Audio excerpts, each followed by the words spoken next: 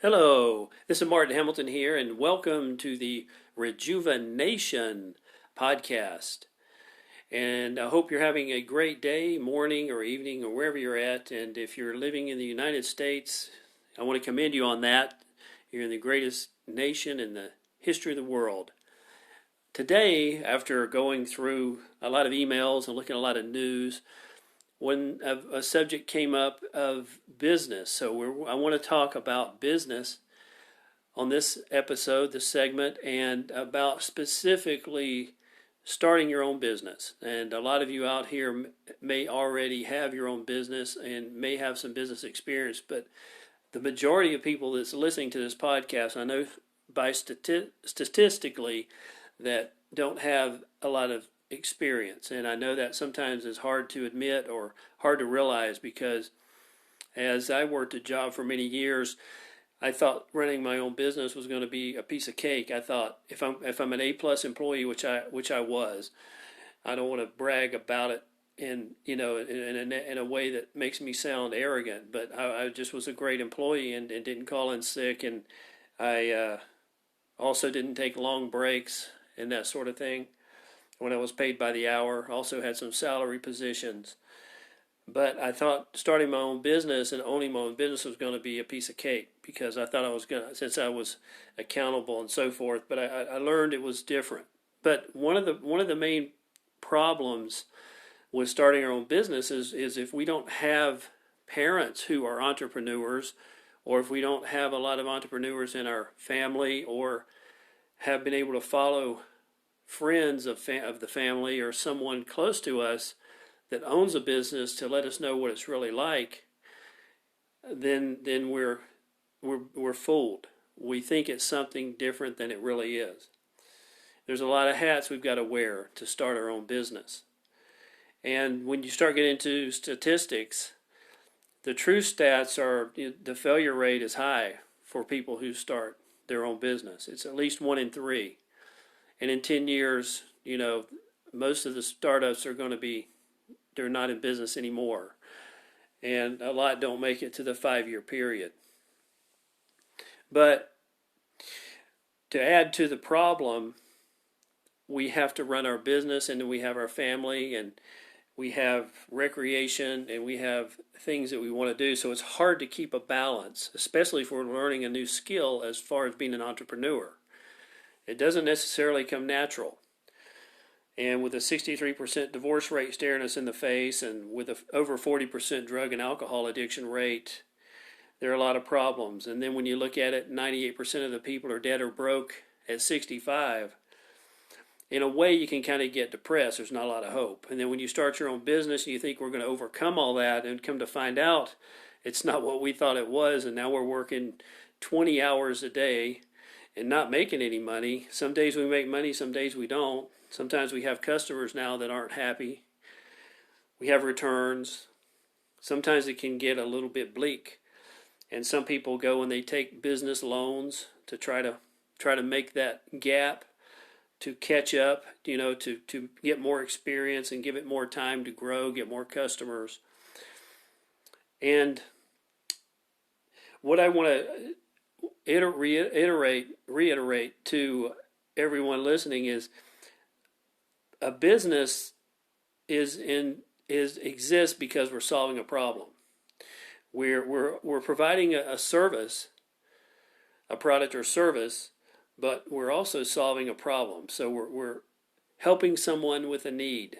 So therefore, we must focus on the customer. We must know our customer and do the best we can to get inside the head of our customer, to understand what they're thinking and what their needs are. It's about being a leader and sort of being an older brother, older sister. No matter what our customers' age is, we need to take that leadership role.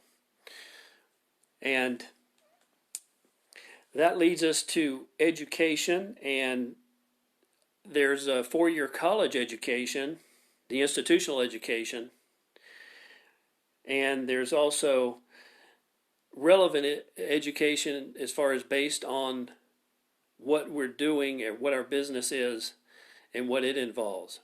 And most of the time, the four-year universities and the vanity degrees and so forth, they don't include that type of entrepreneurial education. Even though we can study entrepreneurship at a university, we still don't get the education that we need unless we're actually working in the business. It's sort of an on-the-job training. So I want to pause here real quick, and I wanted to explain the sponsors today are going to be RejuveNotes.com, and what we're having is an affiliate marketing course, and you can find that at RejuveNotes.com/affiliate marketing course, and get a free training video and a 1K per day free manual of how our clients made 1K per day, and you can use the exact same proven system. Okay, so wouldn't it make sense to obtain some knowledge and knowledge that can help you with a skill set that you can have the rest of your life? And the knowledge that won't take very long, it won't take near as much as a 4-year degree to learn. And once you've got it down and you understand it, you can even pass that skill set on to your loved ones, your family, and your friends. But for the majority of people, one of the best ways to increase your income and rejuvenate your wallet is to learn how to build your business online by taking an affiliate marketing course or some sort of business training. And specifically, a good place to start, if you don't want to spend a lot of money, is start with an online business. But there's tons of great content out there on the internet and other books and tons of PDFs. You can get on people's email list. And there's tons of tools and software. And of course, it's all designed to make things simplified and easier to understand how to build your affiliate marketing business or any business that you're trying to build online. But the adjustment is going to be big, and that's what I wanted to talk about. I'm not here to hype something up or give you false hopes. For most of you, it's going to be a big adjustment period. And many resist the fact that there is an adjustment period, especially if you've never had entrepreneur experience or you've worked a job all your life. And they get a real shock once they dive into their own business.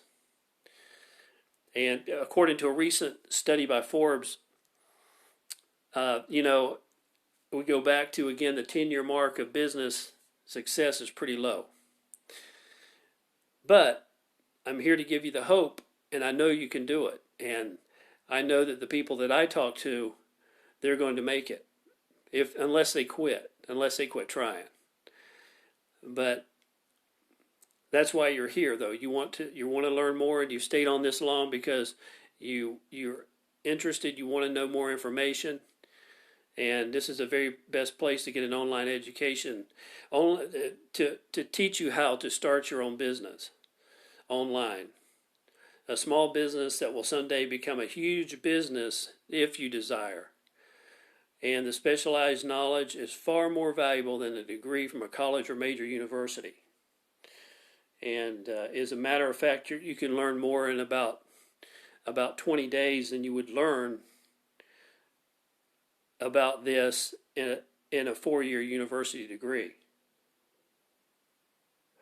A university gives us broad information, and I'm talking about specialized information. You may have read the book Think and Grow Rich by Napoleon Hill. That's one of the chapters of that book. That was one of the first success books I read, as a matter of fact, back when I was 19 years old. Very lucky to have been able to read it at that age because it really changed my perspective. It was a life changer for me. I was not an instant success. I was far from an instant success. But as a young naval aviator, I learned that knowledge, and it really settled my mind down and really gave me focus and gave me some more people skills as well that I used later. And I coupled that with how to win friends and influence people.